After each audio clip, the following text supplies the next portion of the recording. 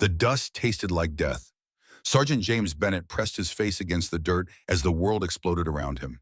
The IED had turned the convoy's lead Humvee into a fireball of twisted metal and screaming men. His ears rang with a high-pitched whine that swallowed every other sound. Smoke and sand choked the air. Somewhere in the chaos, someone was crying for their mother. Cole forced himself up. His training screamed through the haze of shock. Check your weapon. Count your men. Assess the threat. Move. The Taliban were firing from the ridgeline 400 meters north. Muzzle flashes sparked like angry stars against the gray rock. Rounds kicked up dirt geysers in the road. Cole's M4 carbine felt like an extension of his arms as he returned fire. 3 round bursts. Controlled. Precise. The way they drilled it at Fort Bragg 1,000 years ago. That's when he saw Martinez. Private First Class Juan Martinez lay 20 feet from the burning vehicle. His left leg bent at an impossible angle. Blood soaked through his desert camouflage in a spreading dark stain. The kid's face had gone the color of old paper. His eyes found Cole's across the killing ground. Sarge. The word barely carried over the gunfire. Cole didn't think. Thinking got people killed. He moved. The sprint across open ground took 3 seconds that stretched into eternity. Bullets cracked past his head like invisible wasps. He felt the heat of one round pass so close it burned the air next to his ear. Then his hands were on Martinez's vest. He dragged the wounded soldier behind the burned-out hulk of the Humvee. Martinez screamed. The sound cut through even the ringing in Cole's ears. High and tight, Marine, Cole said. His hands moved with practiced efficiency. He pulled the tourniquet from Martinez's own kit, wrapped it above the mangled leg, twisted the windlass rod. The bleeding slowed to a trickle. You're going home, I promise. Martinez's hand grabbed Cole's sleeve. The kid's fingers shook. Johnson and Williams? Cole didn't look back at the burning vehicle. He already knew. The explosion had been too close. Too hot. Nobody survived a fireball like that. Don't think about them now, Cole said. He keyed his radio with blood-slick fingers. Black Hawk 6, this is Eagle 2-1.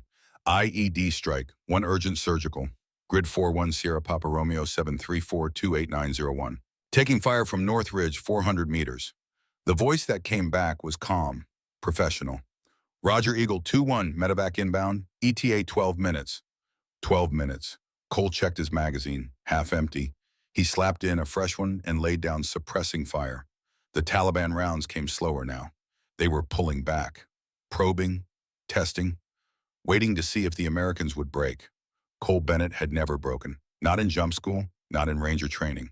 Not in the Hindu Kush Mountains, where the air got so thin, your lungs burned with every breath. He wasn't about to start now. The medevac Blackhawk came in low and fast. Rotor wash threw up a sandstorm that turned the world brown. Cole covered Martinez's body with his own as the crew chief and medic sprinted out. They loaded the wounded private onto a stretcher with moves that looked like a choreographed dance.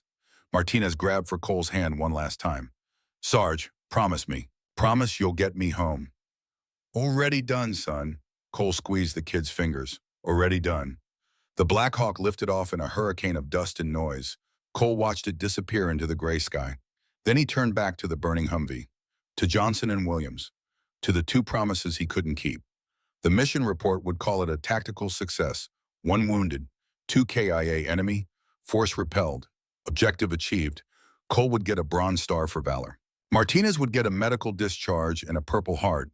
But 18 years later, Cole Bennett still tasted that dust, still heard Martinez crying for his mother, still saw the fireball that took Johnson and Williams before they could even scream. Some promises you kept. Some promises kept you. The October wind came down from the mountains like a living thing. Cole felt it push against him as the Harley ate up the empty miles of 2-lane blacktop. The engine's thunder was the only sound in a landscape so big it made a man feel small. Mountains rose on both sides like ancient sentinels. Their peaks already wore caps of early snow. Cole Bennett was 43 years old. He looked older. 3 tours in Afghanistan did that to a man. So did 4 months of living on a motorcycle with nowhere to go and no reason to get there. The fuel gauge kissed empty. Cole's wallet held $23. His duffel bag contained everything he owned. 2 changes of clothes, a shaving kit, tools wrapped in oilcloth, the M1911 pistol his grandfather had carried in Vietnam, legally registered and carefully maintained, and a photograph of his 82nd Airborne Unit, taken in Helmand Province in 2005. 37 faces smiled at the camera. 12 of them were dead now. The sign said Pinewood, Montana. Population 1,847. Cole almost rode past. Small towns were all the same. Weathered storefronts that had seen better decades. Old men sitting on benches watching strangers pass. Churches with steeples that pointed at God like accusations. He'd ridden through 100 towns just like this one in the past 4 months, given them all the same thing: dust and distance. But the fuel light had been on for 10 miles. Math didn't lie. He'd run out of gas before the next town. So Cole downshifted and took the exit ramp into Pinewood. Main Street looked like a postcard from 1975. Harrison's General Store. Betty's Diner with its flickering neon sign. The Pinewood Sheriff's Office with one patrol car parked out front. A hardware store. A church. The bones of small-town America laid bare under the October sun. Cole pulled into the gas station. An old man in coveralls watched him from the service bay. The kind of look that said stranger. The kind that measured and judged and found wanting before you even opened your mouth. Cole ignored it. He'd been getting that look for 4 months. Ever since the diesel plant in Spokane shut its doors and put 37 men out of work. Ever since he'd loaded his life onto the Harley and pointed it east toward nothing in particular. The gas pump was ancient, the kind where you actually had to wait for the mechanical numbers to roll over. Cole filled his tank and counted out exact change at the register. The woman behind the counter had kind eyes and hair gone silver white. "Passing through?" she asked. "Yes, ma'am." "Well, you picked a pretty time of year for it. Leaves are turning up in the high country." Cole nodded. He'd learned that small talk was the price of gas in places like this. People needed to make human connection, even with strangers, especially with strangers. It reminded them they were alive. He was walking back to the bike when he saw her. An old woman stood at the top of a wooden ladder. The ladder leaned against a 2-story Victorian house that looked like it had weathered too many Montana winters. The woman couldn't have weighed more than 100 pounds. White hair pulled back in a practical ponytail, flannel shirt and faded jeans that had seen better days. She struggled with a bundle of roofing shingles that probably weighed more than she did. Cole stopped. His engineering eye automatically assessed the situation. The ladder was old. The wood had gone gray with age. The third rung showed a dark crack that spoke of rot. The wind gusted at 15 to 20 miles per hour. The woman's grip on the shingles was weakening. He could see how it would happen. The wind would gust. She'd shift her weight to compensate. The rotten rung would give way. She'd fall 20 feet to the hard ground below. At her age, that fall would kill her. Broken hip, internal bleeding, dead before the ambulance arrived. Cole's grandmother would have been about the same age. Would have been. She'd died 3 years ago while Cole was deployed. He'd missed the funeral. His hand was on the kickstand before he realized he'd made a decision. The woman didn't look down as Cole approached. She had the focused concentration of someone who knew they were doing something dangerous and refused to acknowledge it. "Ma'am," Cole called up, "that ladder's compromised. Third rung's rotted through." Now she looked down, sharp blue eyes that missed nothing. A face lined with 7 decades of living, but still beautiful in the way old trees are beautiful. She studied Cole with the kind of directness that made most people uncomfortable. "Been up here before," she said. Her voice carried the slight twang of someone who'd lived in Montana their whole life. "I'll manage." "Yes, ma'am, but physics doesn't care about experience. Weight distribution on that rung is compromised. Wood's deteriorated, next strong wind gust, and you're coming down hard." She considered this. Cole saw the moment she recognized military bearing in his posture. The way he stood with unconscious discipline. The assessment in his eyes that came from years of evaluating threats. "You know ladders, mister?" "Bennett. James Bennett. Most folks call me Cole." He kept his hands visible, non-threatening. "And yes, ma'am, spent time building FOBs in Afghanistan. No structural integrity when I see it." "FOBs, forward operating bases." She climbed down carefully, each rung deliberate and controlled. On the ground, she was smaller than she'd appeared on the ladder, but her bearing suggested someone accustomed to handling her own problems. "You're a veteran." "Yes, ma'am, 82nd Airborne. Margaret Sullivan." She extended her hand. Her grip was firm, dry, the handshake of someone who didn't suffer fools. "Most folks call me Maggie, and before you ask, yes, I know it's dangerous. Yes, I'm probably too old for this. And no, I don't have anyone else to help." Cole looked up at the roof. The damage was worse than it appeared from the road. Several shingles hung loose like broken teeth. A blue tarp stretched across one section, already pulling free in the wind. Water stains on the fascia boards suggested the leak had been ongoing for some time. How long's it been like this? Storm last week opened her up. Had 3 contractors out. First one quoted $12,000. Second never showed for the appointment. Third gave me a fair estimate but can't start work for 6 weeks. 6 weeks is too long. Winter's coming. You get heavy snow and that leak turns into structural damage. Maggie smiled. It was a small, sad smile. Tell me something I don't know. Cole did the math without thinking. Materials would run $1,800 minimum. Full structural repair of the damaged section, ice and water shield. New decking where the water had penetrated. Labor on top of that would put it north of $3,000. He should get on his bike right away. This wasn't his problem. He'd spent 4 months running from other people's problems. From his own problems. From the ghosts that rode behind him on the highway. But Martinez's voice echoed in his head. Promise me, Sarge. And Cole Bennett kept his promises. I can fix it, he heard himself say, in exchange for meals and a place to sleep. Won't charge for labor, just materials. Maggie's eyes narrowed. She was nobody's fool. Why would you do that? Cole looked past her at the house, at the worn but well-maintained yard, at the American flag hanging from the porch, at the shadow box in the front window that held military medals. Because 18 years ago I made a promise to always protect people who need it, he said. And you need it, ma'am. The wind gusted. The blue tarp snapped like a flag. Somewhere a shutter banged against the house with a sound like a gunshot. Cole didn't flinch. Maggie noticed. Breakfast first, she said finally. Can't have you falling off my roof because your blood sugar dropped. Then we'll talk terms. The kitchen smelled like home. Cole hadn't realized how much he'd missed that smell until he walked through Maggie Sullivan's door. Bacon sizzling in a cast iron skillet. Fresh coffee percolating on an old stove. Bread warm from the oven. The scent triggered memories he'd buried. His mother's kitchen before the cancer took her.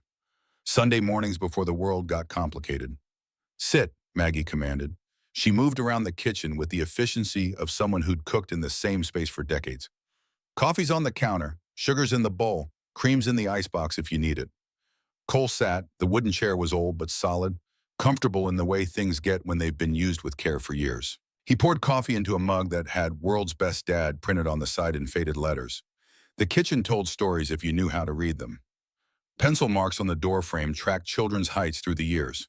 The refrigerator wore a collage of grandchildren's artwork held by magnets shaped like states. A ceramic cookie jar shaped like a rooster presided over the counter.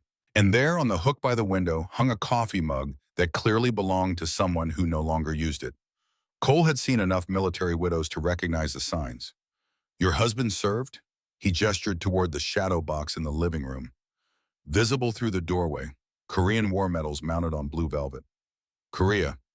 Maggie set a plate before him, bacon thick cut and perfectly crispy, eggs over easy the way the yolk stayed soft, toast from the bread she'd baked herself.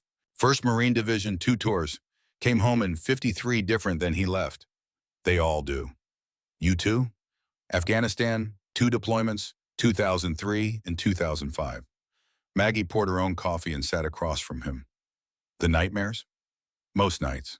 She nodded. No judgment, no pity, just understanding. Thomas had them for 15 years. Used to wake up screaming. Thought he was back at Chosin Reservoir. I'd hold him and tell him he was home. That he was safe. Some nights he believed me. Cole ate. Real food prepared with care tasted different from gas station hot dogs and diner specials. He hadn't realized how hungry he was. Hadn't let himself think about it. Hunger was just another discomfort to push through. Another mile to ride. How did he cope? The question surprised Cole. He hadn't meant to ask. Hadn't meant to care. Work. Maggie gestured toward the window. Through it, Cole could see a detached garage. Kept his hands busy. Built things. Fixed things. Said it quieted the mind. Did it work? Eventually, took 15 years, but he found peace, not by running from memories, by building new ones. The words hit harder than Cole expected. He focused on his coffee, on the warmth of the mug in his hands. After breakfast, Maggie showed him Thomas's workshop. The garage had been converted into a craftsman's dream. Tools hung on pegboard in precise arrangements, each implement clean and maintained. A workbench ran the length of one wall. The concrete floor still carried faint oil stains from decades of projects. Cole ran his fingers along the edge of a handplane. The blade had been sharpened recently. You keep the tools maintained. Seemed wrong to let them rust. Thomas loved these tools, said they were extensions of his hands. That's when Cole saw the motorcycle manuals. They sat on a shelf above the workbench. Harley-Davidson's service guides from the 1980s and 90s, repair manuals for a Sportster, maintenance logs and careful handwriting. He rode?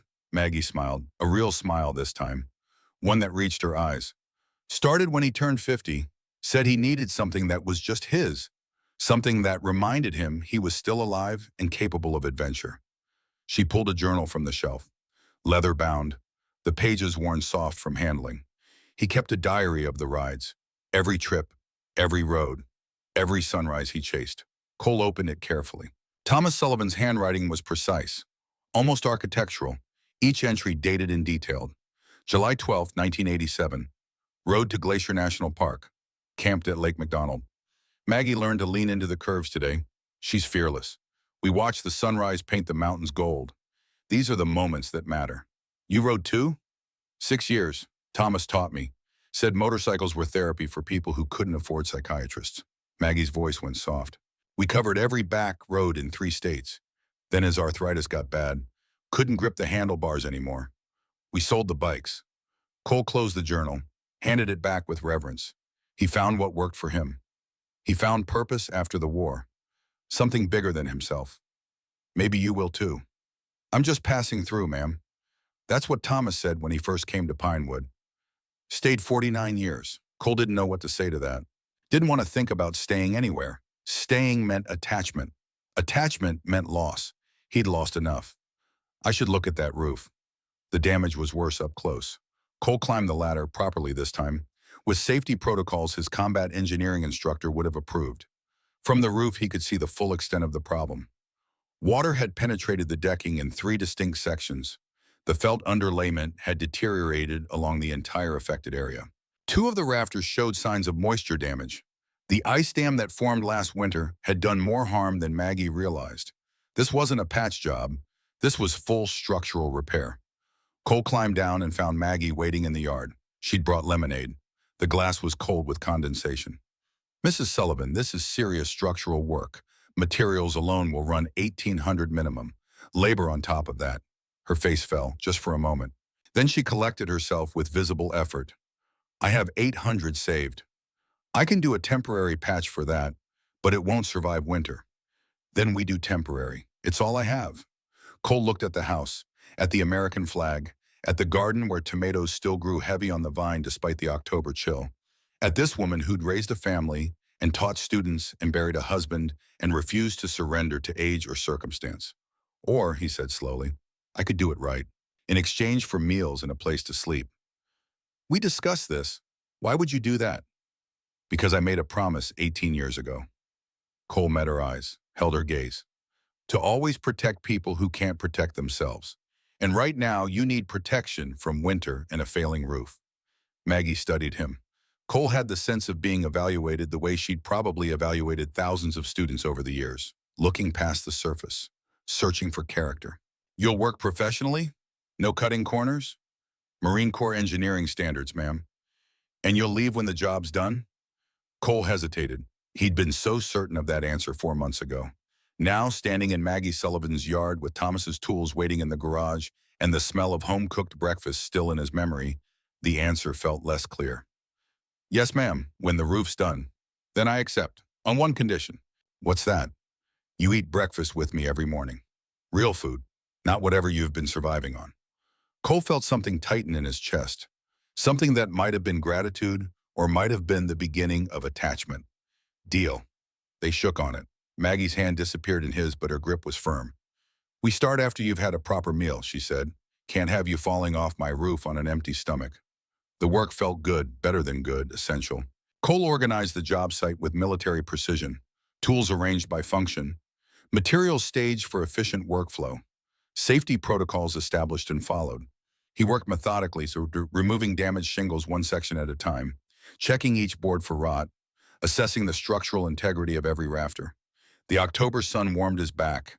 The wind carried the scent of pine from the mountains. His hands remembered the rhythm of construction. Measure twice. Cut once. Check for square. The physical demand satisfied something deep, something that had been hollow for months. Around 10, Maggie appeared with lemonade. She'd been watching from the garden. "You work like Thomas did," she said. "Everything precise, everything checked. Military habits, hard to break. Don't break them. They're good habits." She settled into a lawn chair she'd positioned for optimal storytelling angle. Cole discovered she had a gift for narrative. She pointed to houses along the street and brought their histories to life. The blue house across the way. The Anderson family, 6 children, all successful. 2 doctors, 1 lawyer, a teacher, an engineer, a nurse, all because their parents worked 3 jobs to pay for college. The yellow cottage on the corner.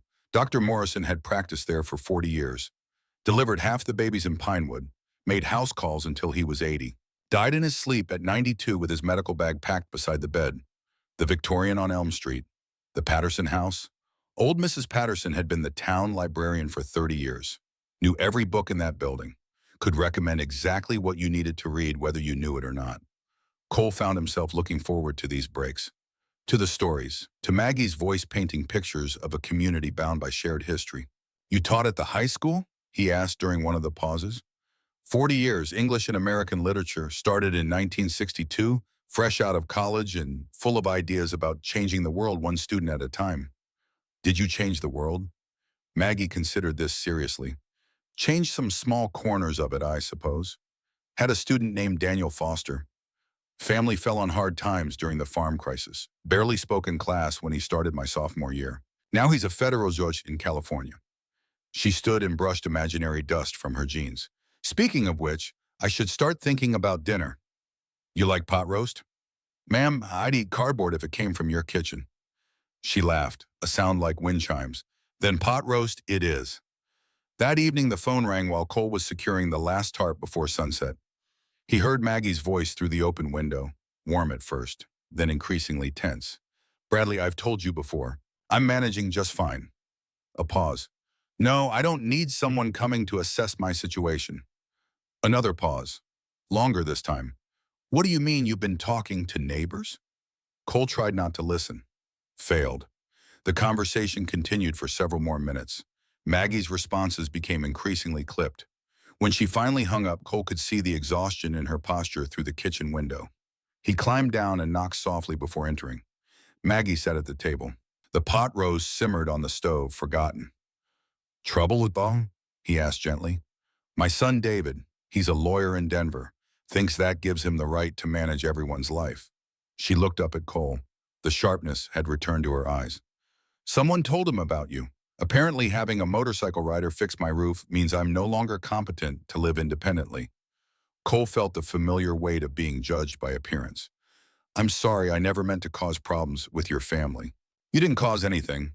David's been looking for an excuse to move me into assisted living ever since his father died. Says it's for my own good. I suspect it has more to do with convenience than concern." She stood and walked to the window, looked out at the garden Thomas had planted and she'd maintained for 49 years. "He's coming up from Denver this weekend. Says he wants to evaluate the situation and meet this contractor I've hired." Cole processed this information carefully. "Would it be better if I wasn't here when he arrives?" "Absolutely not." Maggie's voice carried a steel edge.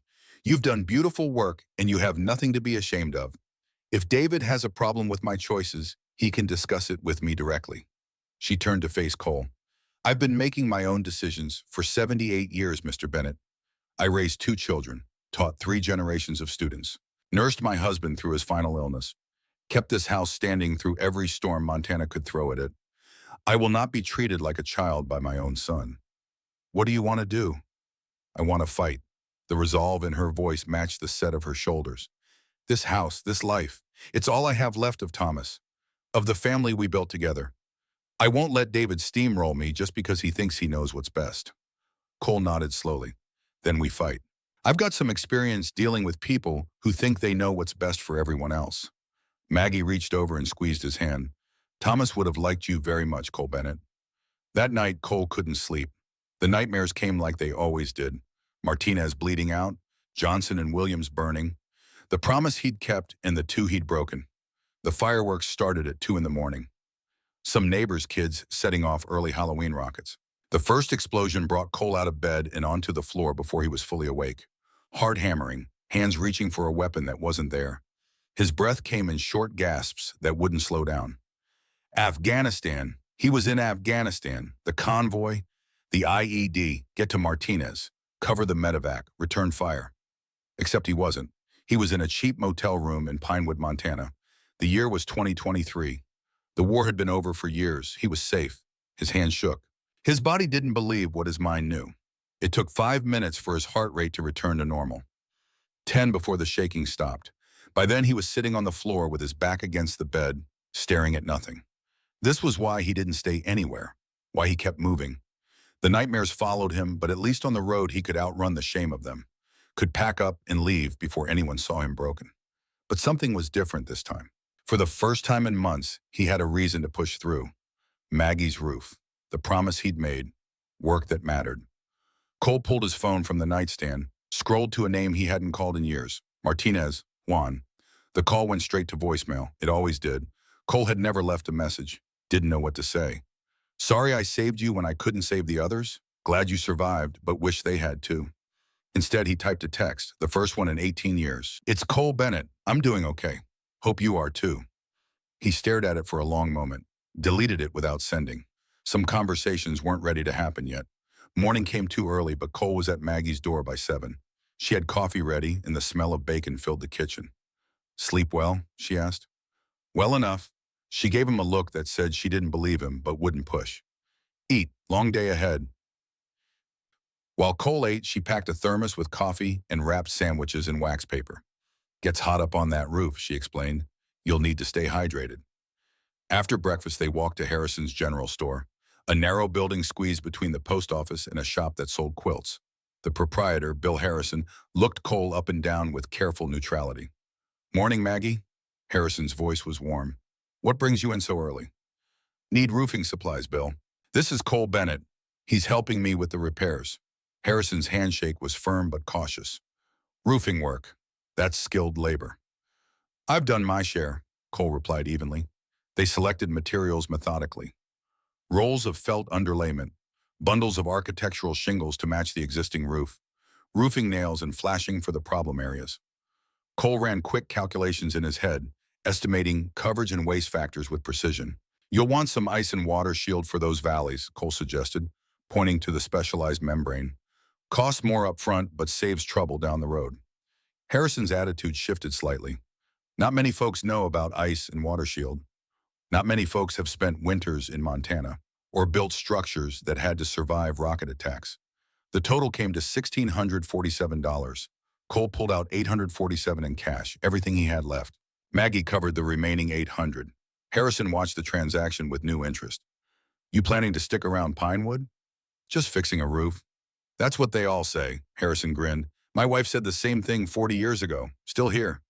Back at the house, Cole set up his workspace with the same precision he'd used for everything since basic training. Tools organized, materials staged, safety protocols established. The latter went against the most stable part of the structure. He insisted Maggie stay on the ground. The work progressed steadily. The physical demands felt good after months of highway monotony. His hands remembered the rhythm. His muscles appreciated the use. And every nail driven felt like a small promise kept. Around noon, Sheriff Tom Grady's patrol car pulled up to the curb. Cole climbed down, wiping sweat from his forehead. Afternoon. Grady approached with the measured pace of someone who'd learned not to rush to judgment. How's the work coming? Making progress. Should have her weather-tight by week's end. Grady studied the roof, noted the neat stacks of materials, the methodical approach to repairs. You do this kind of work often? When I need to. Tom Murphy says you're a veteran. 82nd Airborne, Afghanistan. Army Rangers, Iraq and Afghanistan, 3 deployments. Grady's eyes held understanding. I know the look. What look is that, Sheriff? Man who's seen too much and doesn't know where to put it down. Also the look of someone who still gives a damn. That's why you're here, isn't it? I'm here because Mrs. Sullivan needed help. And you stopped when you could have kept writing. That says something. Grady pulled out a business card, handed it to Cole. If you decide to stay, give me a call. Volunteer fire department needs people with your training. I'm not staying. Just fixing a roof, Grady smiled. The same knowing smile Harrison had worn. Sure, that's what I said 20 years ago. Welcome to Pinewood, Cole. That evening, after Cole had left for the motel, Maggie sat alone in her kitchen. Thomas's mug hung on its hook. The cookie jar sat empty. The house felt too large for one person. She walked to the study and opened the cedar chest beneath the window. Inside, organized by decade, were 418 letters, each one tied with ribbon. Each one a testament to 40 years of teaching. Maggie pulled out the bundle from the 1970s, found the letter she was looking for. Daniel Foster's careful handwriting on formal federal court letterhead. Dear Mrs. Sullivan, I'm writing to let you know I've just been appointed to the federal bench in California. I doubt you remember me, but I was Daniel Foster in your 1978 junior English class. You were the first teacher who made me believe I could be anything I wanted to be. She'd received this letter 5 years ago, had cried when she read it, still cried every time. 418 letters. 418 reasons why she couldn't let David put her in assisted living, why she couldn't sell this house. This wasn't just where she lived. This was the repository of her life's work. The phone rang, David again. Maggie let it go to voicemail. Mom, it's me. I'm driving up Friday. We really need to talk about your situation, about the house, about this contractor Pete told me about. I know you think you're managing, but we both know you need help, real help, not from some stranger on a motorcycle. I've been looking into Meadowbrook Assisted Living. It's beautiful, Mom. You'd love it. Just think about it. Please, I'll see you Friday. Maggie deleted the message, returned to the cedar chest. Tomorrow she would show Cole the letters. Tomorrow she would make her case. Tonight she would remember Thomas, would read his motorcycle journal, would remind herself that some things were worth fighting for. She opened the journal to a random page. Thomas's handwriting greeted her like an old friend. October 15th, 1989. Rode up to Glacier today. Just me and Maggie and the open road. She's fearless on the bike now, leans into the curves like she was born to it. We watch the sunrise paint the mountains gold. These moments, these perfect moments, this is what I survived Korea for. This is what matters. Maggie closed the journal carefully, held it against her chest. I'm not going anywhere, Thomas, she whispered to the empty kitchen. Not without a fight. Friday arrived too quickly. Cole had the southwest corner of the roof 70% secured when David Sullivan's silver BMW pulled into the driveway at precisely 10 in the morning. David emerged looking every inch the successful Denver lawyer.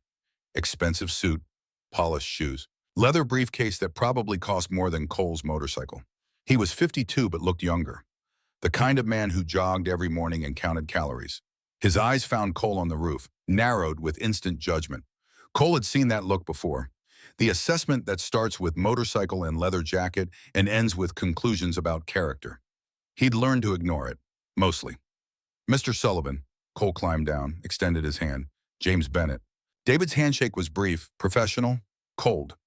My mother hired you without background check, references, or license verification.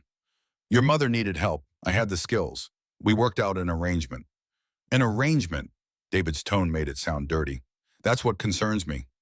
Before Cole could respond, Maggie appeared on the porch. David William Sullivan, enough. Cole has been nothing but professional and helpful. Unlike the 3 contractors who either overcharged, no-showed, or couldn't work for 6 weeks. Mom, can we please talk inside? Anything you need to say, you can say in front of Cole. He's earned my trust. Father and son faced each other. Cole recognized the dynamic immediately. Worried child trying to protect aging parent. Parent fighting for independence and dignity. He'd seen it play out in hospital rooms and funeral homes. Usually it ended badly for everyone. I'll give you privacy, Cole said. Work to do anyway. He climbed back up to the roof, gave them space. But voices carried through the October air. Mom, we need to talk about your situation. My situation is fine. It's not fine. The house is falling apart. You're 78, living alone, trusting strangers. Cole is not a stranger. You've known him 4 days. The argument continued. Cole tried not to listen. Failed. He'd heard the same conversation in his own family. Before his mother died, before his sister stopped speaking to him, before he'd loaded everything onto the Harley and disappeared. Family was complicated. Love looked like control. Worry manifested as pressure. And nobody won these fights. They just wounded each other and called it caring. Cole focused on his work, on driving nails true, on making sure every shingle overlapped correctly, on keeping the promise he'd made to Maggie Sullivan, because some promises you could keep. Even when you couldn't keep them all, the storm was coming. Weather reports said 3 days, but Cole could smell it in the air, could see it in the clouds building over the mountains. Winter arrived early in Montana, and Maggie Sullivan's house wasn't ready yet. Neither was Cole, but ready or not, Friday had arrived. David Sullivan had arrived, and the fight for Margaret Sullivan's independence was about to begin. Some battles you saw coming. Others found you when you stopped running long enough to care. Cole Bennett had stopped running. Now he would see what that cost. The kitchen felt smaller with David Sullivan in it. He sat at the table where Cole had eaten breakfast for the past 4 mornings. His expensive suit looked out of place against the worn wood and faded curtains. The briefcase sat between them like a weapon waiting to be drawn. Maggie poured coffee. Her hands were steady, but Cole, watching through the window as he organized tools, could see the tension in her shoulders. "Mom, I love you. You know that, right?" "I know you worry. That's different." David opened the briefcase. Cole saw papers, official-looking documents with legal letterhead, the kind that changed lives whether you wanted them to or not. "Dad's been gone 3 years. I've watched you struggle. The house needs tens of thousands in repairs. Your pension barely covers property taxes. You're 78, living alone, and now you're trusting complete strangers with major construction work." "Cole is not a stranger. You've known him 4 days. David's voice rose, not quite shouting but heading that direction. 4 days, Mom, and you've let him into your home, given him access to everything you own. How do you know he's not casing the place, planning to rob you the moment the work is done?" Cole stopped pretending not to listen. He set down his hammer and started to climb down, to leave, to give them real privacy. But Maggie's voice stopped him. "Because I've spent 40 years reading people, David. I know a good man when I see one. I know the difference between someone who means harm and someone who's just lost his way." Papers rustled. David's voice went quiet, dangerous quiet. "Then explain these." Cole couldn't see what David had pulled from the briefcase, but he heard Maggie's sharp intake of breath. "You filed for conservatorship without asking me. It's for your own good." "For my own good." Maggie's voice went flat, cold. "You want to take away my autonomy, make me a legal ward, control my finances, my decisions, my life. I want to keep you safe. By imprisoning me?" The words hung in the October air. Cole gripped the ladder. Every instinct screamed at him to intervene, to protect. But this wasn't his fight, wasn't his family. He was just the guy fixing the roof. Except it didn't feel that way anymore. "Mom, please, look at this rationally." David's voice carried desperation now. "The house needs $50,000 in repairs minimum. Roof, electrical, plumbing, foundation. On your pension, you can't afford it. What happens when something else breaks? When winter comes and the furnace dies? When you fall and there's no one here to help? So your solution is to take away my choices? My solution is to give you better options." More papers. Cole heard them slide across the table. Glossy paper. Probably brochures. "Meadowbrook Assisted Living. It's beautiful, Mom. 24-hour care. Activities. People your own age. No more worrying about leaks or taxes or maintenance. You could actually enjoy your remaining years instead of fighting to maintain a house that's falling down around you." The silence that followed felt like a held breath. Cole found himself waiting, hoping that Maggie would fight back, would refuse, would remember why she'd hired a stranger to fix her roof in the first place. "Come here." Maggie's voice, quiet but firm. "I want to show you something." Footsteps, moving from kitchen to what Cole assumed was a study or living room. He should climb back up, should focus on work, should stop eavesdropping on a private family crisis. Instead, he found himself moving closer to the open window, close enough to hear clearly. 418 letters. Maggie's voice carried reverence. "From students I taught over 40 years. You want to know why I won't sell this house? Why I won't go to Meadowbrook? This is why."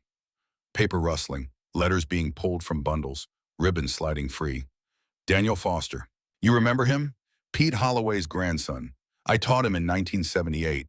He struggled with Hamlet, couldn't understand why a prince would hesitate to avenge his father, so I stayed after school. 2 weeks. Every day. Until he understood not just the words, but the heart of the story. That honor and duty and justice are complicated. That doing the right thing isn't always clear." She was reading now. Cole could hear it in the rhythm of her voice. "Dear Mrs. Sullivan, I'm writing to let you know I've just been appointed to the federal bench in California. I doubt you remember me, but I was Daniel Foster in your 1978 junior English class. You were the first teacher who made me believe I could be anything I wanted to be. When I struggled with Hamlet, you stayed after school for 2 weeks until I understood not just the words but the heart of the story. That patience and faith changed my life. David's voice, softer now. Daniel Foster, Pete's grandson, is a federal judge, one of 418. More letters, more stories. Patricia Holloway, chief of pediatrics at Denver Children's Hospital. Convinced at 15 she'd never amount to anything. Maggie had seen potential her own family missed. Danny Henderson, state trooper. Ethics discussions about To Kill a Mockingbird had taught him what justice really meant.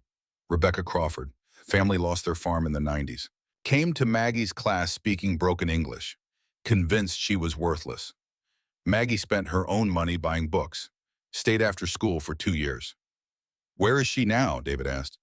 Federal translator, Army intelligence, captain. Served 6 tours in Afghanistan, speaks 7 languages. She carries the copy of To Kill a Mockingbird I gave her in 1996, has read it 47 times. Says it reminds her that standing up for what's right always matters. The silence stretched. Cole found himself holding his breath, waiting for David's response. When it came, David's voice was thick. Mom, I had no idea. Because you didn't ask. You saw an elderly woman in a deteriorating house. You didn't see 418 lives I touched. The generations of children I taught. The community I helped build. I was trying to protect you. From what? From mattering? From having purpose?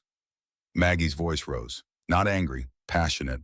David, this house isn't just walls and a roof. It's 40 years of service, of making a difference, of showing young people that someone believes in them. A pause, then quieter. You want to put me in Meadowbrook, where I don't know anyone and no one knows me? Where I'll spend my remaining years playing bingo and waiting to die? That's not protection, David, that's surrender. And I didn't raise you to surrender. Cole heard something break in David's voice. I don't want to lose you like I lost Dad. You won't lose me by letting me live, but you will lose me if you take away everything that makes my life worth living. The afternoon sun hung lower in the sky when David finally emerged from the house. His eyes were red. The expensive suit looked rumpled. He found Cole on the roof and stood at the base of the ladder. Mr. Bennett, can we start over? Cole climbed down, wiped sawdust from his hands. Yes, sir. I owe you an apology. I made assumptions based on appearance and gossip. That was wrong. You were protecting your mother. That's your job. Still, I was an ass about it. David managed a weak smile. Tom Murphy tells me you're a veteran. 82nd Airborne? Yes, sir. Afghanistan, 2003 and 2005. Thank you for your service. David extended his hand properly this time. The handshake was warm, genuine. And for helping my mother. I was so focused on what she couldn't do that I forgot to see what she was fighting for. Cole nodded, didn't trust himself to speak. The raw emotion in David's voice hit too close to his own buried feelings. What else does the house need? David asked. Besides the roof. Electrical's original 1970s, should be updated. Plumbing's copper, aging but functional for now. Foundation's solid but could use waterproofing. Windows are single pane, inefficient for Montana winters. Cost estimate? Done right? 40 to 50,000 over the next 2 years. David pulled out his phone, started making notes. I'll cover it, on one condition. You're the contractor. Sir, I'm not licensed in Montana. So get licensed. Tom Murphy can supervise until you do. Mom trusts you. After seeing your work, I trust you. That's good enough for me. Cole looked past David at the house, at Maggie visible through the kitchen window, at the life she'd built and refused to abandon. I appreciate the offer, Mr. Sullivan, but I'm not sure I'm staying. Then let me make it worth your while to stay. This town needs people like you. My mother needs people like you. David's voice went quiet. And from what I've seen, you need this place too. The weather forecast changed at 5 p.m. The winter storm that had been predicted for Sunday was now expected Saturday afternoon. Maybe Saturday morning. The meteorologist's uncertainty didn't matter. What mattered was the timeline had just collapsed. Cole had 4 days of work left. Now he had less than 24 hours. Maggie brought the news along with coffee and sandwiches. How bad? Southwest corner needs another full day. I can get the critical sections weatherproof by tomorrow morning if I work through the night. Full completion will have to wait until after the storm passes. Will the house survive? Cole looked at the work he'd done, at the sections still vulnerable. The parts I've repaired will hold, but that southwest corner, if the storm hits as hard as they're predicting. He didn't finish the sentence. Didn't need to. They both understood. Then we work tonight, Maggie said. I'll make coffee, food, whatever you need. Mrs. Sullivan, I can't ask you to stay up all night because of a roof. You're not asking. I'm telling. This is my house. I'm helping. An hour later, Tom Murphy's truck pulled up. The Vietnam veteran climbed out carrying a tool belt and wearing a grin. Heard you were working late. Figured you could use an extra pair of hands. Tom, you don't have to do this. Marines help Marines, even if you're Army. Tom clapped Cole on the shoulder. Besides, my wife's sister is visiting. Thought I'd find a good excuse to leave them alone with their gossip. They worked as the sun set and the temperature dropped. Maggie brought floodlights from Thomas's garage, set them up to illuminate the work area. The generator hummed like a mechanical heartbeat in the darkness. Tom worked with the efficiency of someone who'd built things all his life. They fell into an easy rhythm. Cole on the high sections, Tom handling materials and working the lower areas. Conversation came in fits and starts between the sounds of hammers and saws. I know why you're running, Tom said during one of the breaks. They sat on the edge of the roof, drinking coffee Maggie had brought up in a thermos. Been there, done that, wore out 3 motorcycles in 4 states before I landed here. What made you stop? Realized I wasn't running from the war. I was running from the guilt of surviving it. Cole set down his coffee cup. The admission hit harder than he expected. I was at Khe Sanh, Tom continued.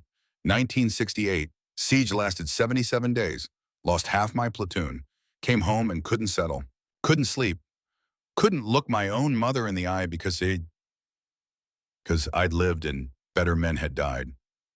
So you just stopped running? No, I found something bigger than guilt. Community. Purpose.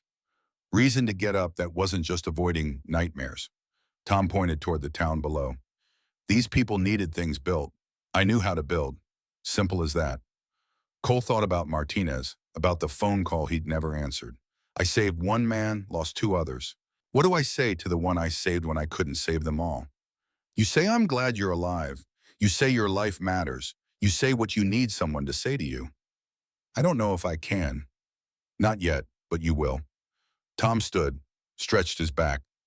This place has a way of putting broken things back together, if you let it.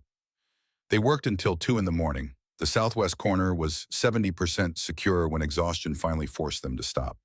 Cole's hands ached. His back screamed, but the satisfaction ran deeper than the pain.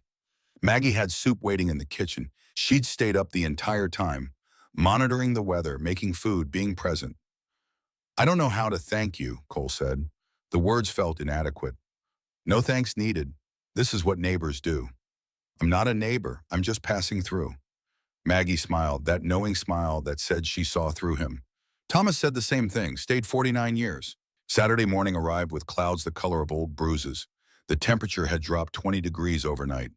The wind carried the smell of snow. David helped Cole load materials. The expensive suit had been replaced with jeans and a borrowed work jacket. He moved awkwardly, office hands unused to physical labor. But he didn't complain. Mom showed me the letters last night, David said during one of the water breaks. All 418.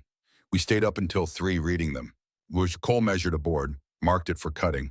She's proud of that work. She should be. I spent my whole life knowing she was a teacher. I never understood what that meant, what she gave those kids, what they gave back to her. The saw screamed through wood. Cole waited until the cut was complete before responding. She sees people, not problems. Rare quality. She saw you. Cole looked up from the board. David met his eyes. I was wrong about you, Cole. Wrong about the situation. Wrong about what Mom needed. David's voice went rough. I almost made the worst mistake of my life. Almost took away the only thing that gives her purpose. Because I was scared and couldn't see past my own fear. You love your mother. Sometimes love looks like control. Is that what happened to you? Someone loved you too much and you ran? The question landed like a punch. Cole set down the saw. Something like that. David didn't push, just nodded, picked up another board. They worked in silence for a while, the kind of comfortable quiet that comes when men understand each other without needing words.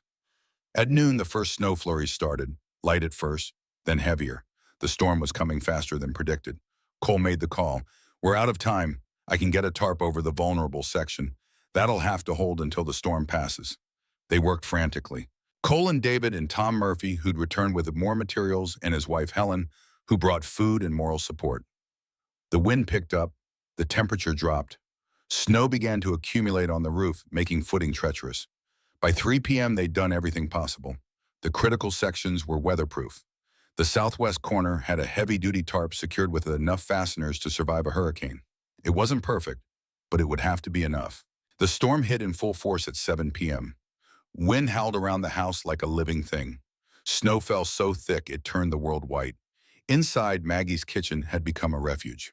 Cole sat at the table with David and Tom and Helen. Sheriff Grady had stopped by earlier, checking on residents. Bill Harrison from the hardware store had called to make sure they had everything they needed. The town was circling its wagons, taking care of its own. "You're staying tonight," Maggie announced. Not a question, a statement. "Roads are already dangerous. Motel's probably full of stranded travelers anyway. Guest rooms made up." Cole started to protest, stopped. The exhaustion had caught up with him, and the thought of the motel room, with its thin walls and nightmares waiting, held no appeal. "Thank you, ma'am." That night, for the first time in 4 months, Cole slept through until morning. No nightmares, no fireworks jolting him awake. Just the sound of wind and snow, and the solid presence of a house that held. Sunday dawned clear and brutally cold. 2 feet of snow covered Pinewood.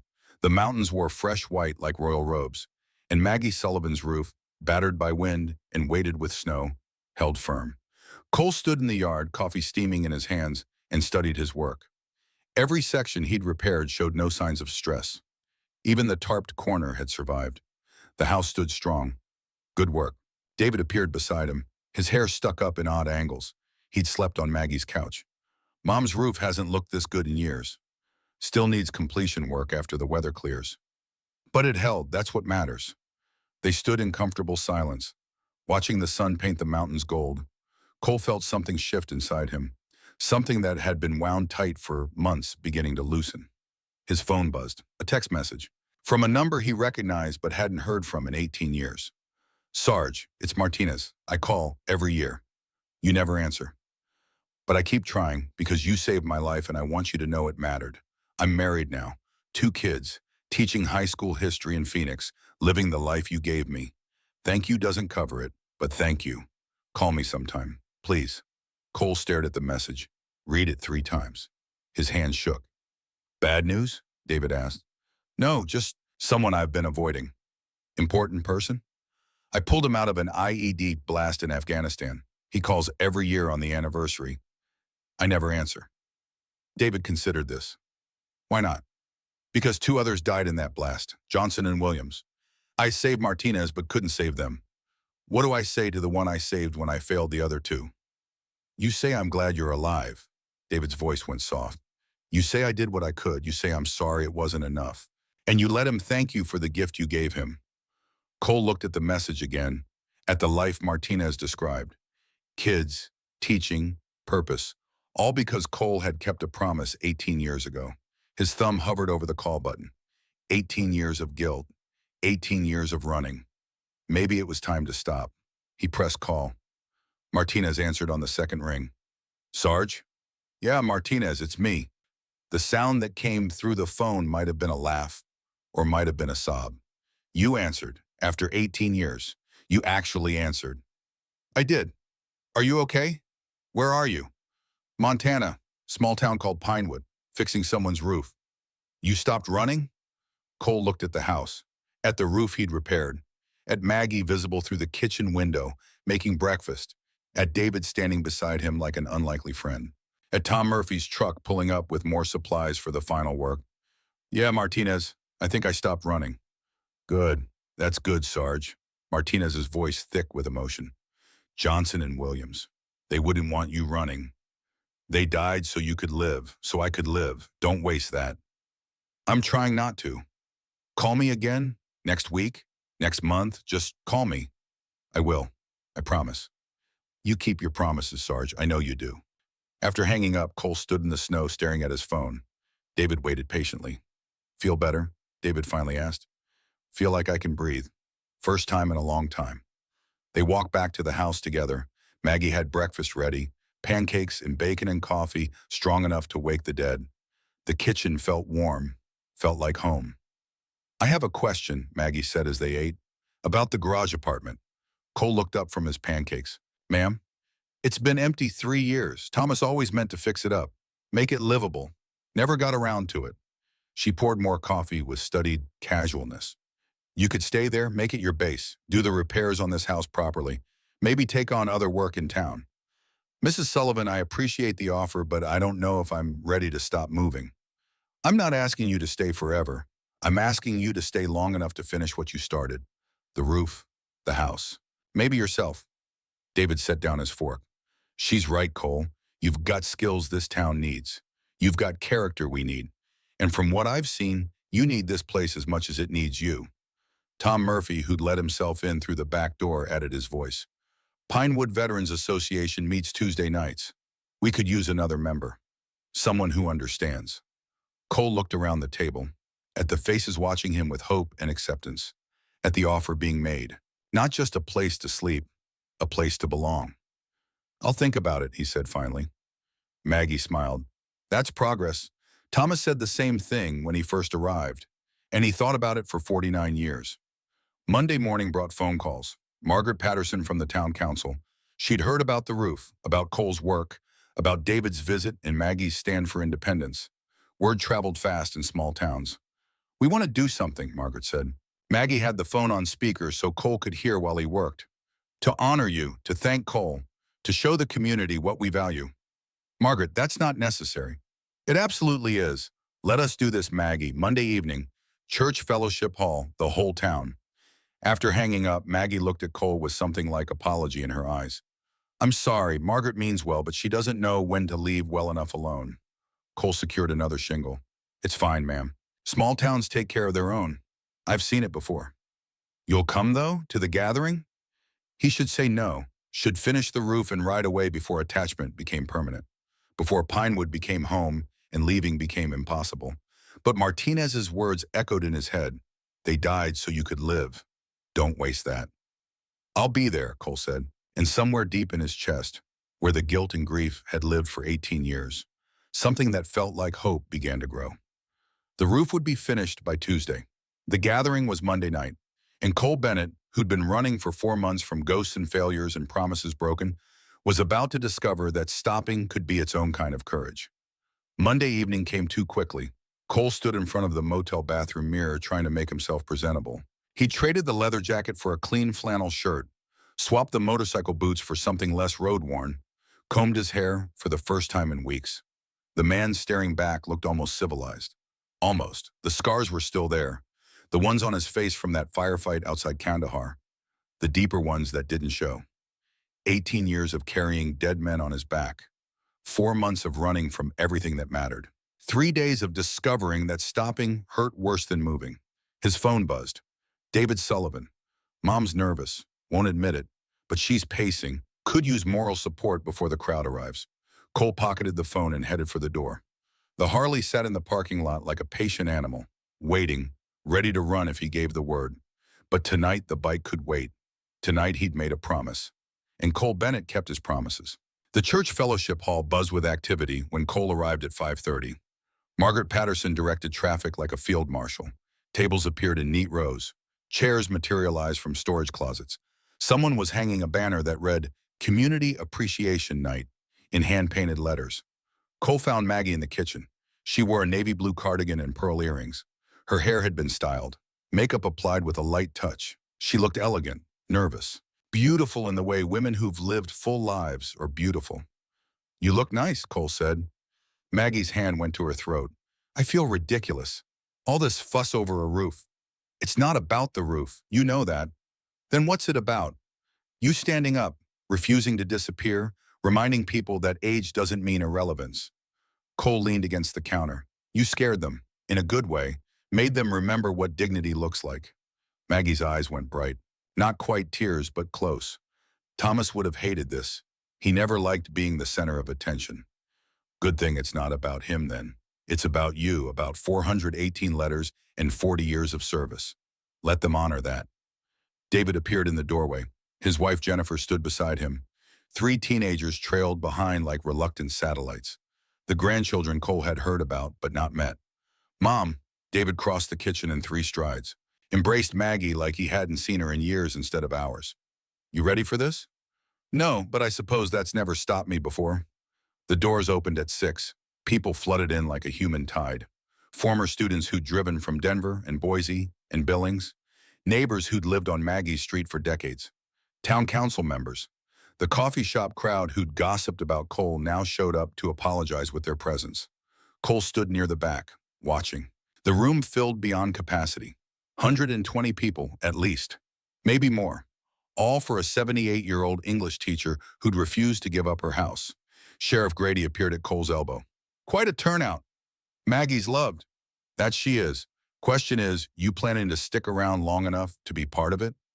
Cole didn't answer. Couldn't. The question felt too big for words. Margaret Patterson took the podium at 6:30. The room quieted instantly. Respect for the speaker and the subject. Thank you all for coming, Margaret began. Her voice carried the authority of someone used to being heard, especially those who traveled far. We're here to honor two people who remind us what Pinewood is supposed to be. She told the story simply. Maggie's roof failing, Cole stopping to help, David arriving with concerns, the community rallying, the storm and the stand, and the refusal to surrender. But this isn't really about a roof, Margaret continued. It's about what happens when we forget to see each other, when we reduce people to problems instead of recognizing their worth. Maggie Sullivan taught in this town for 40 years, shaped minds and hearts of 3 generations. And we almost let her disappear into assisted living because we were too busy to notice what we were losing. The room went silent, uncomfortable. True. Cole Bennett could have kept writing. He's a stranger, a veteran passing through with no reason to stop. But he saw what we'd stopped seeing, a woman who mattered, a life worth preserving, a fight worth joining. Margaret gestured to the walls. Cole noticed for the first time the photographs covering every surface, images spanning decades. Young Maggie surrounded by students, middle-aged Maggie accepting teaching awards, recent Maggie at graduation ceremonies, a visual timeline of service and impact. 418 letters, Margaret said. That's how many former students wrote to tell Maggie she changed their lives. 418 people who became doctors and lawyers and teachers and soldiers and parents because one woman believed in them. She paused, let the numbers sink in. Tonight we honor Margaret Sullivan for reminding us that dignity isn't negotiable, that independence matters at any age. That service creates legacy. Margaret looked directly at Cole. And we welcome James Bennett to our community because Pinewood needs more people who understand that integrity isn't convenient. It's essential. The applause started slow, built to thunder, the entire room on its feet. Cole felt heat rise in his face, wanted to disappear, wanted to be anywhere but the center of attention. Maggie caught his eye across the crowd, mouthed 2 words, "Thank you." Tom Murphy approached the podium carrying something wrapped in cloth. He set it on the table and pulled the covering free with a showman's flourish. The wooden sign was a work of art, hand-carved walnut with gold lettering that caught the light. The craftsmanship spoke of hours of careful labor, of love translated into wood grain and careful cuts. Margaret Sullivan Community Learning Garden. Below the main text, smaller words explained, dedicated to a teacher who planted seeds of knowledge and watched them grow into forests of wisdom. Tom cleared his throat. The empty lot behind the library. City Council voted last night to convert it to community garden and outdoor classroom space. We want you to design it, Maggie. Make it a place where learning continues beyond school walls. Maggie's hand went to her mouth. The tears came freely now. She stood and walked to the front, touched the sign with reverent fingers. I don't know what to say. Say you'll do it, Tom replied. Say you'll teach us all over again. Before Maggie could respond, Doctor. Patricia Holloway stood. Cole recognized her from the photographs. Pete Holloway's granddaughter, chief of pediatrics, one of the 418. The medical clinic is donating $15,000 for initial construction, Patricia announced. We're calling it preventive community health because education and connection are medicine too. More applause, more standing. Cole watched Maggie absorb the impact of what was happening. The community wasn't just honoring her. They were extending her legacy, making it permanent. David Sullivan approached the podium next. He pulled papers from his jacket pocket. His voice was steady, but emotion leaked through. I almost made the worst mistake of my life last week. I almost took away my mother's independence because I confused control with love, because I forgot to listen. He looked at Maggie. I'm sorry, Mom. And I'm grateful to Cole for showing me what I should have seen all along. He held up the papers. I'm establishing the Sullivan Education Fund through the Community Foundation. Starting balance is $28,000. Former students from around the country have contributed. This fund will provide scholarships for Pinewood graduates who need help with college expenses. The room erupted. Cole saw Maggie's face crumple, saw David move to embrace his mother. Father and son, and 40 years of teaching, all converging in one moment. Sheriff Grady leaned close to Cole. Still planning to leave when the roof's done? Don't know anymore. Good. Uncertainty means you're thinking about it. That's progress. Bill Harrison from the hardware store took the podium. His announcement was brief but significant. Cole, on behalf of the town council, we fast-tracked your contractor license application. You're approved, and your first contract is city-funded. Renovate the community garden pavilion. Paid work, brother. Cole stood without meaning to. The room watched him, waiting. I appreciate that, sir, but I'm not sure I'm staying long enough to take on contracts. Then we'll wait, Harrison replied. Good contractors are hard to find. Great ones are worth waiting for. The job's yours when you're ready. Tom Murphy added his voice. Volunteer fire department meets Tuesday nights. Training starts next week. We need people with your skills. What do you say? The question hung in the air, everyone waiting for Cole's answer. He looked at Maggie, at David, at the faces watching him with hope and acceptance. I'll think about it. Laughter rippled through the room. Someone shouted, "That's what they all say." More laughter. The tension broke. Margaret gestured for quiet. Before dinner, Maggie has something to say. Maggie stood slowly, walked to the podium with dignity despite her tears. She gripped the wooden edge like it could anchor her. I don't have a speech prepared, she began. Public speaking was never my strength. I preferred one-on-one, student and teacher. That's where real learning happens. She looked around the room, met eyes, connected. 40 years ago, I walked into Pinewood High thinking I would teach literature, Shakespeare and Steinbeck and all the great voices of American writing. But I learned something those first few years. Teaching isn't about books. It's about people. Her voice grew stronger, more certain. It's about seeing potential in a troubled teenager, about staying after school with a struggling student, about spending your own money when a child needs books their family can't afford, about believing in someone when they can't believe in themselves. She pointed to faces in the crowd. Daniel Foster, you're here somewhere, federal judge now. I didn't make you a judge.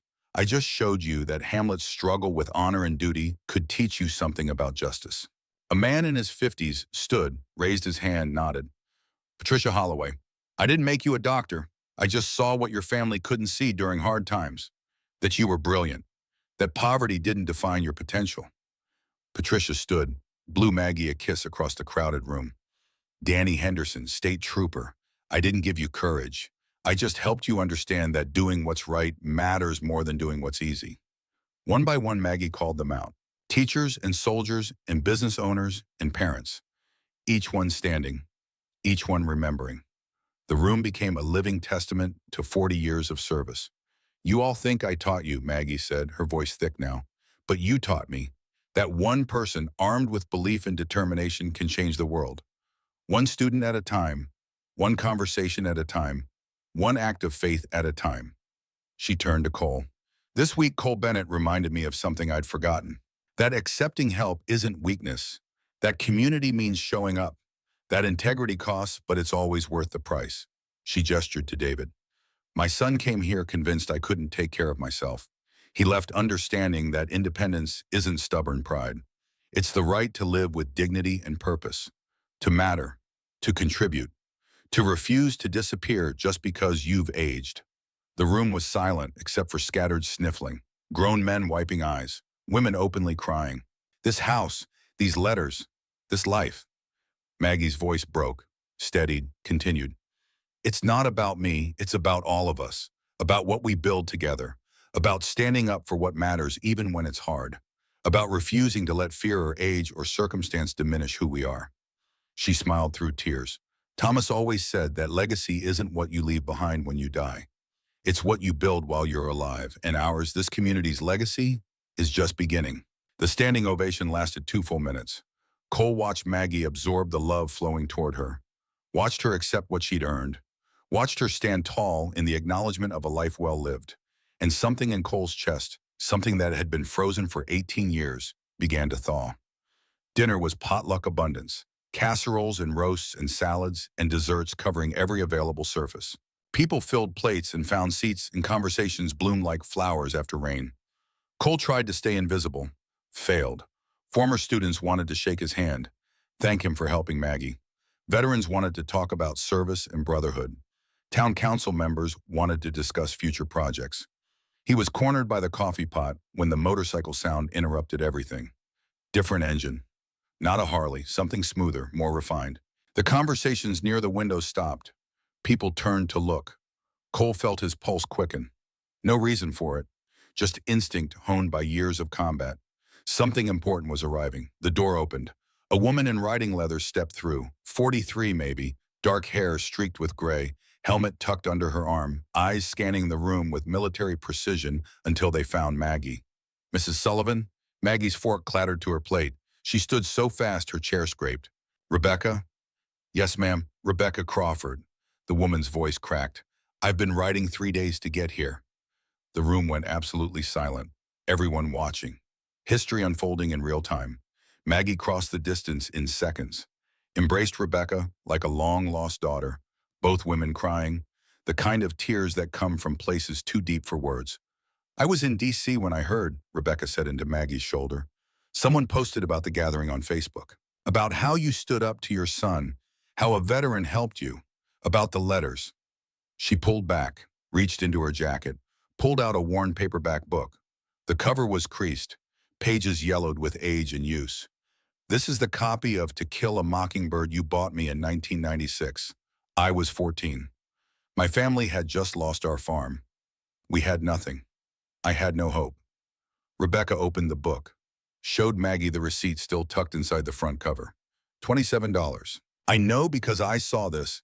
You left it in there. $27 you didn't have, for a girl you barely knew." "You were worth it," Maggie whispered. "I've carried this through college, through officer candidate school, through 6 deployments to Afghanistan and Iraq." Rebecca's voice grew stronger, military bearing reasserting itself. "I've read it 47 times, and every time I hear your voice explaining why it matters, why standing up for what's right matters, why seeing humanity in everyone matters." She turned to address the room. "I'm Captain Rebecca Crawford, U.S. Army Intelligence. I speak 7 languages. I've saved lives with information I've translated. I've prevented attacks. I've made a difference." Back to Maggie. "None of that happens without you, without this book, without you seeing worth in a scared, broken immigrant kid who didn't speak English and didn't believe she deserved kindness." Maggie held Rebecca's face between her hands. "You were never broken, just bent. And bent things can be straightened." Rebecca's eyes found Cole. Recognition passed between them, the kind only veterans share. "You must be the veteran who helped her." Cole stood. "James Bennett, ma'am. Cole." Rebecca snapped to attention, saluted with crisp precision. "Captain Rebecca Crawford, Afghanistan 2012 through 2018. Thank you for protecting one of ours, Sergeant." Cole returned the salute, muscle memory and respect. "Just doing what's right, Captain." "The best of us always do." The room erupted, applause and tears and the raw emotion of witnessing something profound. 2 generations of veterans saluting across a church fellowship hall. A teacher reunited with a student whose life she'd saved with a $27 book. The power of belief and service and refusing to give up on people made visible and real. Sophie, Rachel's daughter, appeared at Rebecca's side, 17 and uncertain but drawn by something she couldn't name. "You're Maggie's granddaughter," Rebecca said, not a question. "Yes, ma'am, Sophie." "Thinking about teaching?" Sophie's eyes went wide. "How did you know?" "Because you're at an event honoring your grandmother, reading 418 letters, crying at every story. That's a teacher's heart." Rebecca smiled. "Is it worth it, teaching?" "I don't know yet. Look around this room." Rebecca gestured at the gathered crowd. Doctors, lawyers, soldiers, teachers, all here because one woman believed in them. Is that worth it? Sophie's smile started small, grew to something radiant. Yes, yes it is. The evening wound down slowly, people lingering, not wanting to leave. The gathering had become something more than appreciation. It had become communion, reconnection, remembering. Cole found himself on the church steps with Tom Murphy and Sheriff Grady. Three veterans watching the parking lot empty. You going to stay? Grady asked. Direct, no preamble. Still thinking about it. Don't think too long, Tom said. Opportunity doesn't wait forever. Neither does purpose. What if I'm not ready? Nobody's ever ready. Tom lit a cigarette despite his wife's standing prohibition. I wasn't ready when I stopped in Pinewood 45 years ago. Car broke down. I was just waiting for parts. 45 years later, I'm still waiting. What changed? I stopped running long enough to notice I'd found something worth staying for. Community, purpose, Maggie Sullivan teaching my kids, Bill Harrison selling me hardware. These people becoming my family without me noticing. Sheriff Grady nodded. Same here. Came to Montana to disappear after Rangers. Thought I'd hide in the mountains and drink myself to death like a proper broken veteran. Instead, I found people who needed protecting. Town that needed a sheriff who understood what service meant. He looked at Cole. You're running from ghosts. I get it. But you can't outrun them. They ride behind you no matter how fast you go. Only way to deal with ghosts is to stop and face them. Let them have their say. Then build something new in spite of them. Cole thought about Martinez, about the phone call, about 18 years of guilt beginning to loosen its grip. I called Martinez yesterday, first time in 18 years. How'd that go? He's married, 2 kids, teaching high school, living the life I gave him when I pulled him out of that IED blast. And the 2 who died? He said they wouldn't want me running, that they did died so we could live, that wasting that gift dishonors their sacrifice. Tom stubbed out his cigarette. Smart man, you should listen to him. David appeared in the doorway. Cole, Mom wants to talk to you before she leaves. Maggie sat in the now empty fellowship hall, surrounded by photographs in the lingering warmth of community love. She looked small in the big space, tired but content. Quite a night, Cole said. Quite a week. Maggie patted the chair beside her. Sit, I want to ask you something. Cole sat, waited. The garage apartment. I'm serious about the offer. Not just a place to sleep, a real home. Base of operations for Bennett Home Services. Whatever you want to call your business. Mrs. Sullivan, I appreciate it. But I don't know if I'm the settling down type. Thomas said the same thing. Month after we met. We were married 6 months later. Spent 49 years together before cancer took him. She smiled at the memory. Sometimes the right thing finds you when you stop looking. What if I leave? What if I take the apartment and 6 months from now the road calls and I disappear? Then you disappear. And I'll have had 6 good months with someone using Thomas's workshop. Someone keeping his tools sharp and his memory alive. That's worth the risk. Cole looked at his hands, calloused from work, scarred from war. I'm broken, ma'am. Martinez calls it PTSD. Doctors call it service-connected disability. I call it being haunted. Either way, I wake up screaming more nights than not. I don't know if I can live near people. Don't know if I can risk them seeing that. Thomas had nightmares for 15 years. I held him through every one. Talked him back from Chosin Reservoir 1,000 times. Maggie's voice went soft. Broken isn't the same as useless. And healing happens in community, not isolation. Let me help you the way you helped me. I fixed your roof. That's not the same. You did more than fix a roof. You reminded me that I matter, that my life has value, that dignity and independence are worth fighting for. She took his hand, squeezed with surprising strength. Let me return the favor.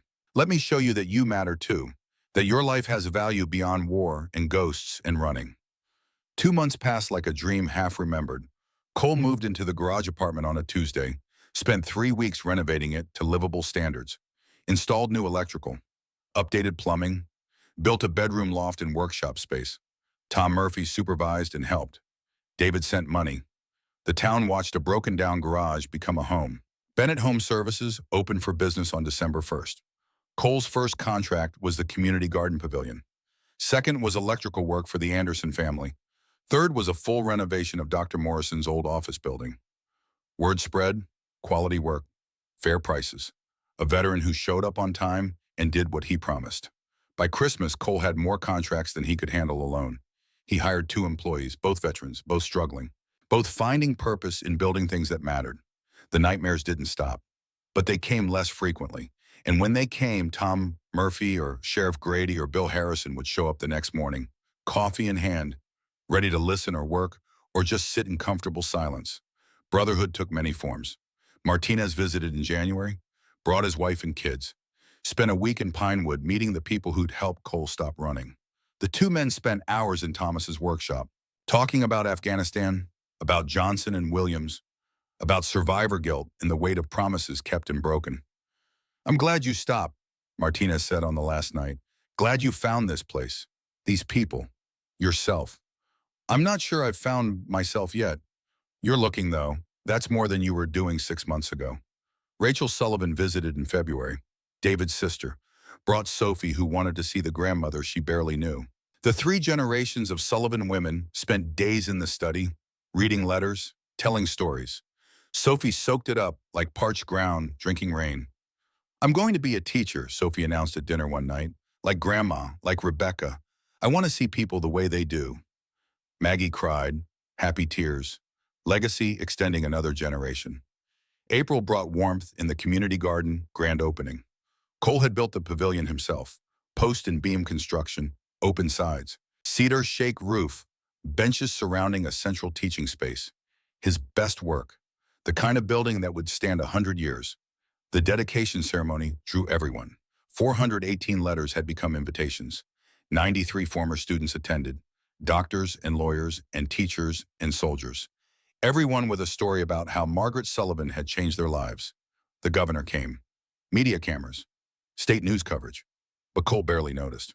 He stood in the back watching Maggie teach a workshop on composting and literature. Watching her show 15 high school students how books and gardens both required patience and faith and the willingness to plant seeds that might not bloom for years.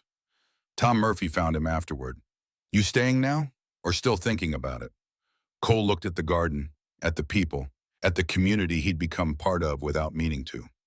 "I'm staying, at least until the work's done." "What work?" "All of it, the garden, the town, myself." Cole smiled. "Turns out there's always more work." "That's the secret," Tom said. "Purpose isn't a destination. It's a direction. Long as you're moving towards something instead of away from something, you're doing fine." 1 year after the roof, Cole and Maggie sat on her porch watching sunset paint the mountains gold. Daily ritual, 7 p.m. coffee and conversation. The rhythm of friendship and family. "Got a letter today," Maggie said. "Number 419. "Who from?" "Sophie, from college. Says her education professor assigned my teaching methods as case study. Wants me to guest lecture." "You going to do it?" "Of course, 79 isn't too old to teach." She sipped her coffee. "Speaking of which, Martinez called. Says he's bringing his family for summer vacation." "Good. I want his kids to meet the woman who helped me stop running." They sat in comfortable silence. The kind that only comes from knowing someone deeply, from trust earned through shared struggle. "You ever regret stopping?" Maggie asked. "That day on the motorcycle? You could have kept riding." Cole thought about it, really considered. "No, ma'am. Best decision I ever made." "Even though I'm bossy and stubborn?" "Because you're bossy and stubborn. You saved my life, Mrs. Sullivan, just like I saved your roof." "Fair trade, then." "More than fair." 2 motorcycles sat in the driveway. Maggie had bought a Yamaha in March, lighter, easier to handle than Thomas's old Harley. Cole had taught her to ride again. Every Sunday they explored back roads, chased sunrises, found the freedom Thomas had written about in his journal. Some journeys ended where they should have started. Some promises took 18 years to keep. And some strangers became family in the time it took to fix a roof and remember how to be human again. Cole Bennett had stopped running, found purpose, built something that mattered, and learned that home wasn't a place you were born, it was a place you chose, where you were needed, where you mattered, where you finally stopped running and let yourself be found. In Pinewood, Montana, population 1,847, a roof became a revolution. An elderly teacher's last stand became a community's rebirth.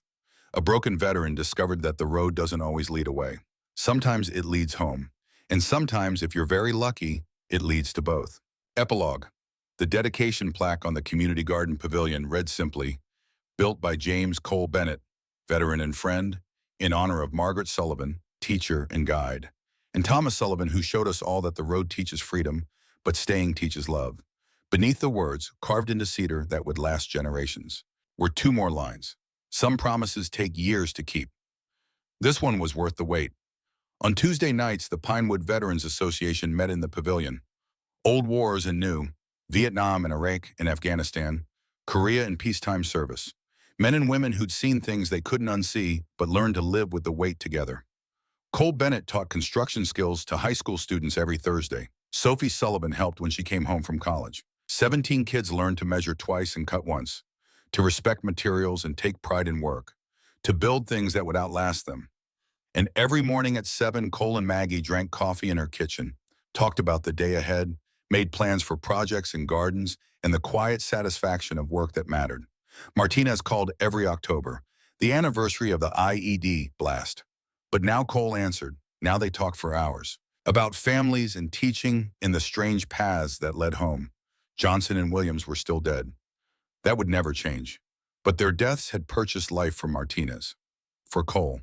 For everyone those two men touched afterward. The debt could never be repaid.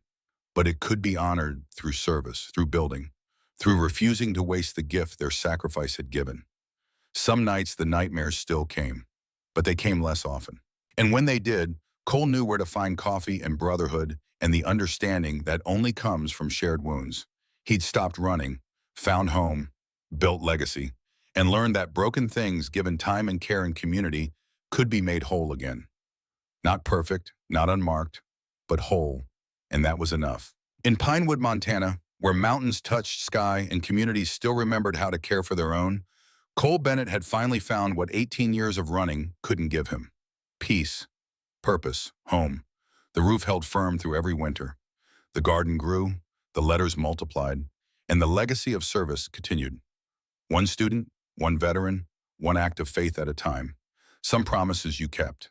Some promises kept you. And the best ones did both. The end.